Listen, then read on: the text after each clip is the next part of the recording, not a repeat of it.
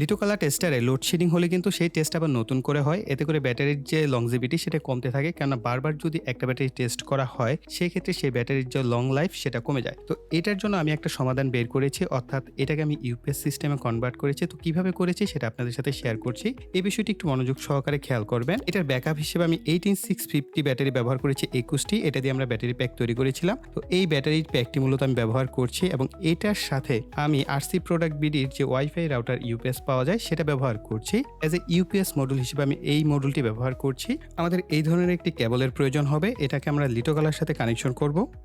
আর অপর প্রান্ত আমাদের ইউপিএস সার্কিটের যে 12 ভোল্ট আউটপুট আছে সেটার সাথে কানেকশন করে দিব।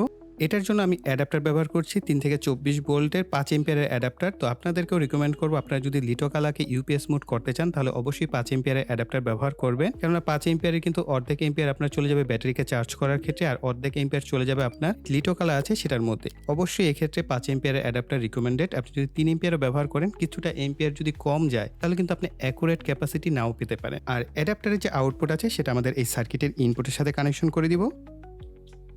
তো দেখতেই পাচ্ছেন আমাদের ব্যাটারি এখন চার্জ হচ্ছে। যদি ইলেকট্রিসিটি চলেও যায় অথবা ইলেকট্রিসিটি চলে আসে তাহলে কিন্তু আমাদের যে লিটো কালার সেটা কিন্তু রিস্টার্ট নিচ্ছে না, অর্থাৎ আমাদের যে ক্যাপাসিটি টেস্ট সেটা কিন্তু চলতেই থাকবে। আর এই ধরনের আরো ইন্টারেস্টিং ভিডিও পাওয়ার জন্য অবশ্যই চ্যানেলটিকে সাবস্ক্রাইব করে পাশে বেল বাটনটি অ্যাক্টিভ করে রাখবেন আর ভিডিওতে একটা লাইক দিয়ে দিবেন। এটা আমাকে প্রচুর পরিমাণে মোটিভেট করে।